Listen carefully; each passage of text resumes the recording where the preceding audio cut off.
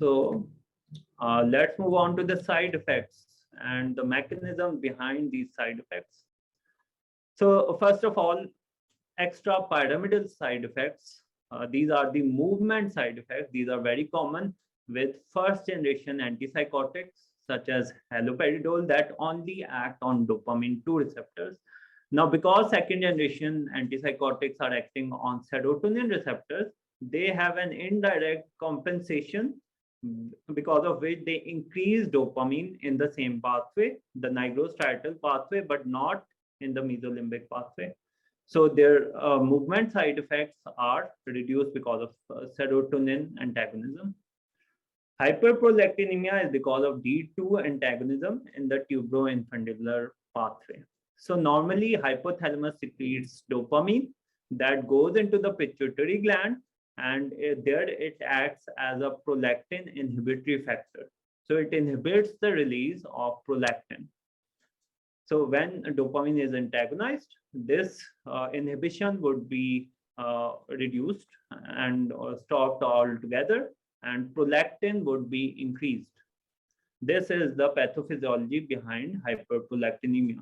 And weight gain, as we already saw, it is because of two receptors, serotonin 2C and H1 antagonism. Now, it is theorized that antagonism of both these receptors causes severely increased appetite, and that is responsible for weight gain. Anticholinergic side effects are common with almost all antipsychotics. These are because of muscarinic M1 antagonism that most antipsychotics have.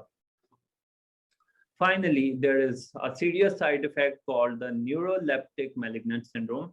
And this has a lot of theories, but the major theory for the fever in neuroleptic malignant syndrome is because of dopamine antagonism in the hypothalamic thermoregulatory pathway.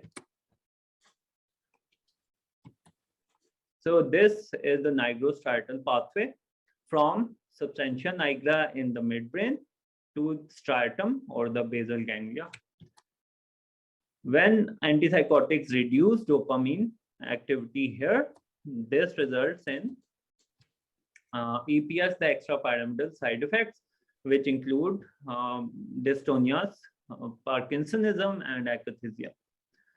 In the tuberoinfundibular pathway from hypothalamus to the pituitary, when dopamine is reduced, this results in hyperprolactinemia. The sole purpose of this pathway is to either increase or reduce movements. Mostly when dopamine is present here, the movements are facilitated or enhanced. When dopamine is antagonized here by antipsychotics, so we know that antipsychotics are dopamine antagonists. They will reduce dopamine throughout the brain. When they do this in the nigrostriatal pathway, they reduce movements.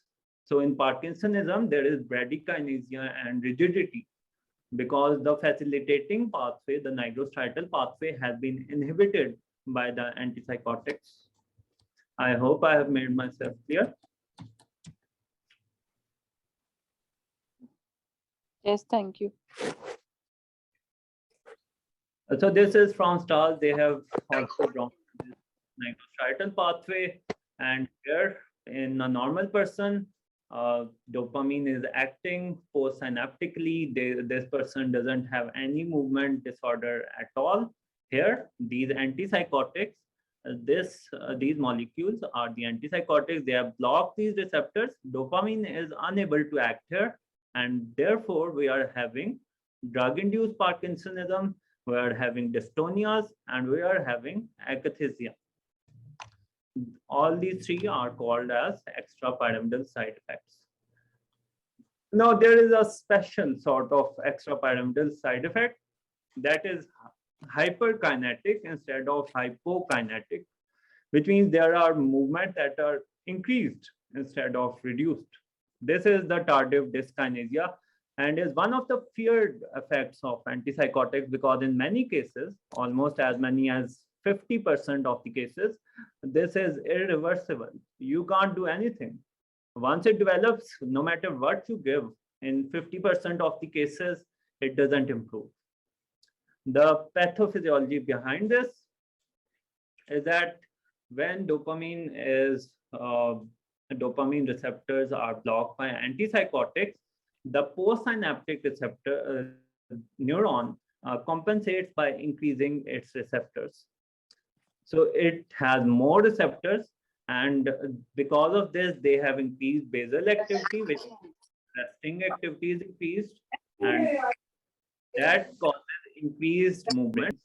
So these increased membrane receptors cause supersensitivity of this neuron, and even slight dopamine stimulation here would result in hyperkinetic movements, the orofacial chorioathetoid movements that are associated with tardive dyskinesia.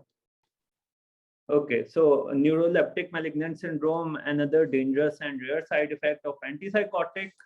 Let's just look at the diagram. It is a tetrad of symptoms: fever, rigidity, autonomic instability, altered mental state. Let's look at the pathophysiology. This is sagittal section of the brain taken from Netter's atlas.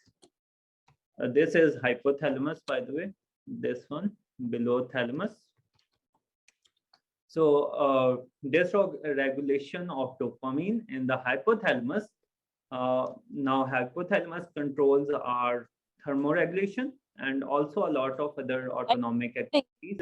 When dopamine is reduced by antipsychotics in the hypothalamus, this impacts the thermoregulation, which causes fever.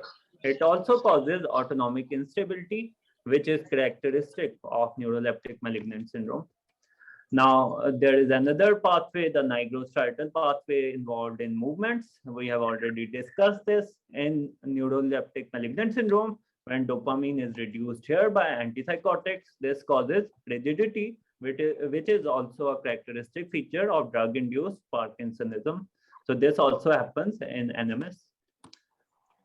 Another theory responsible for rigidity is that calcium is somehow increased in the peripheral muscles, and this also causes rigidity. There is also hyperactivation of the peripheral sympathetic nervous system, as shown by these lightnings here, and these also contribute to the autonomic instability. So the major reason for the side effect of antipsychotics is because they cause hypodopaminergia throughout the brain.